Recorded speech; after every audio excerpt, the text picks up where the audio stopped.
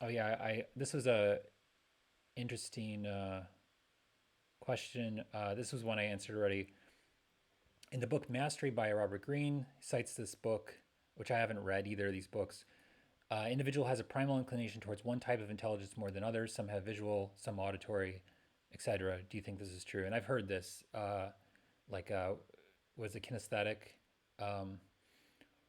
which is in cognitive science land, it's somatosensory, which is a combination of really proprioception, which are nerves that are specific, like let me know where my what position my joints are in, even if I close my eyes, because you're actually relying on a lot of visual feedback. But there's nerves that let you know where how bent your joints are and stuff like that. And it's called proprioception. So that can be thought of like another sensory type of information. Just like you have neurons that are sensitive to temperature, hot and cold.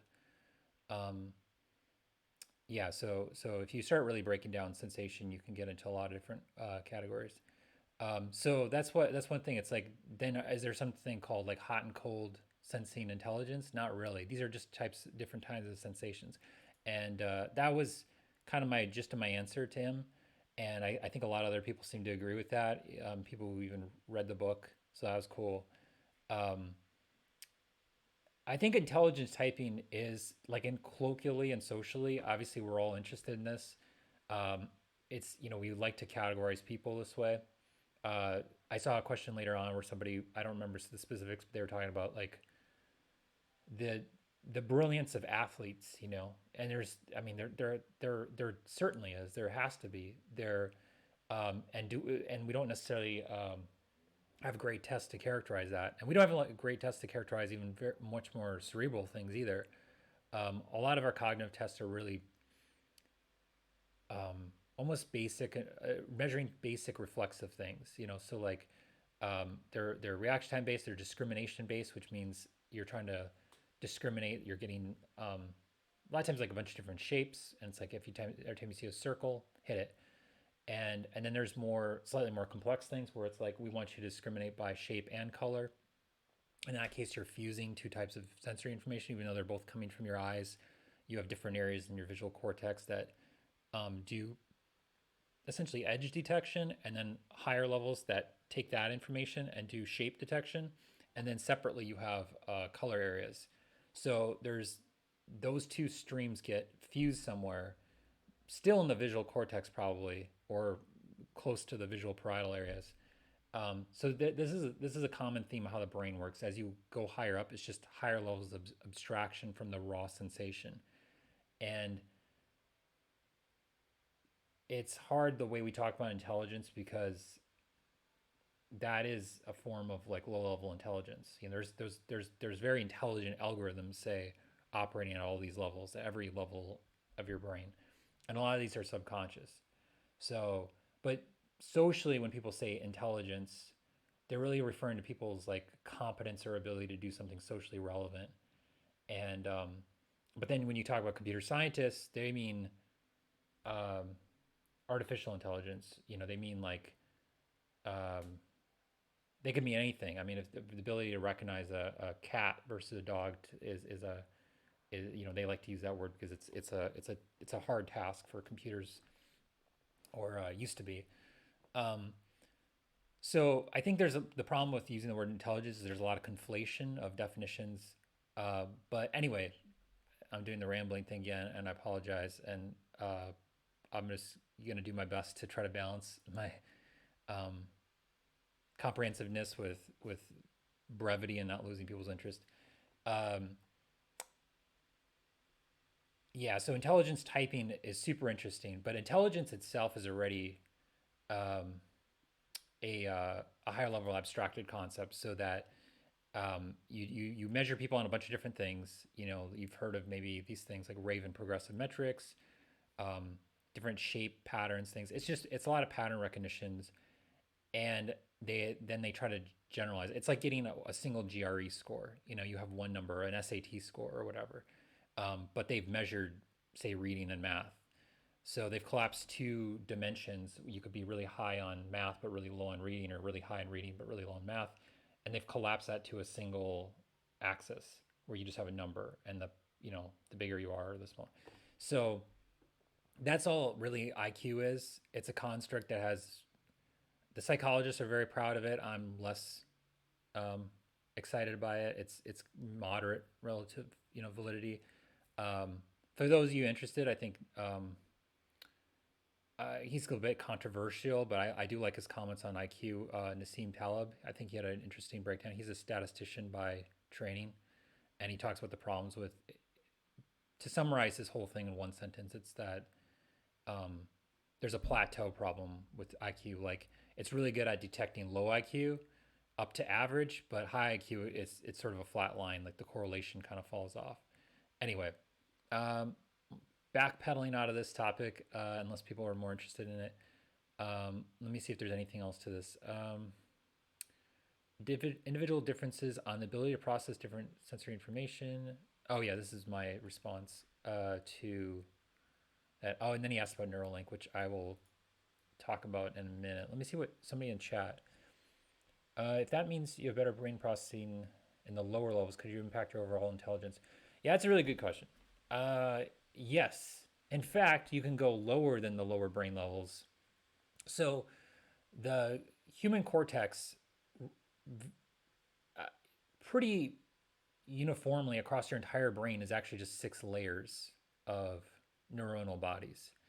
It's a, and there's some variation in different parts, but it's basically 6 layers. And so, but you get way more layers out of that because once you go through all the layers of the visual cortex, so like V4 very consistently in like 99% of humans, which is the fourth layer of the visual cortex in the back of the head, processes color. V5 processes motion.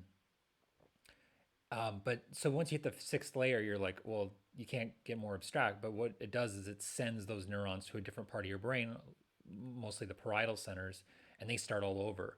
And then you have these specialized columns in your parietal center that like are very good at detecting human faces or um, locations or such. And then they could repeat it and repeat it and repeat it.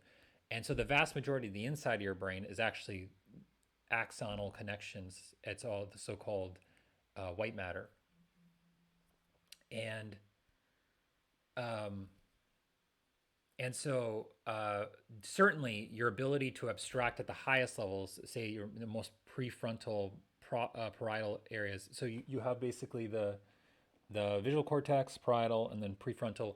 As you move forward, you get more abstract, and and so like a lot of the things that we associate with uh, like pattern recognition tests on IQ or really say high cerebral remarkable abilities in humans, they're higher prefrontal, and then you get into like language centers and math centers and things like that, or areas that are associated with when you're doing activities in those like math activities versus non-math activities. That's the kind of way they parcelate out the cortex, and a lot of times this is more complicated because it's networks of various.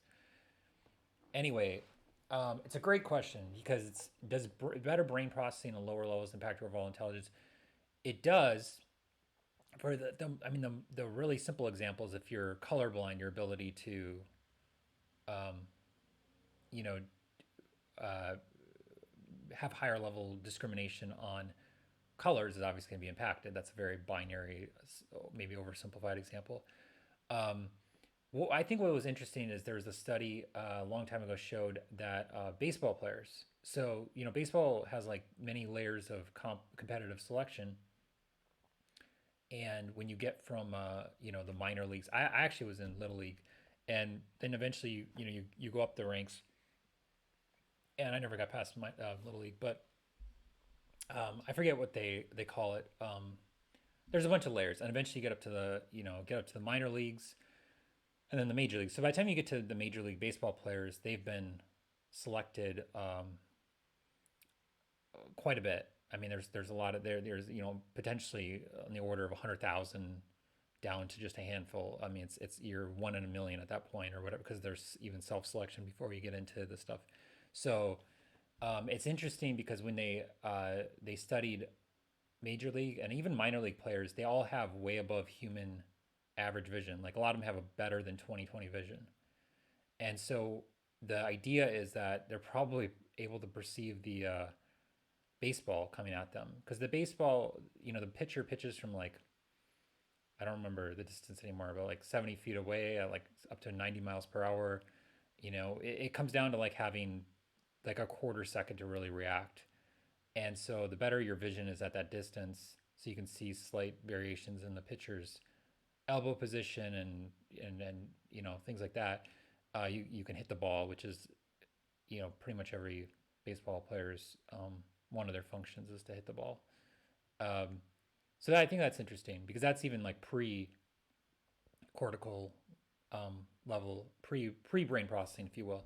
Um, or it's the first layers of the cortex and their retina somehow have um, uh, are more sensitive. But in this case, that's just because the lens of their eye or whatever is better even. So you can go all the way down.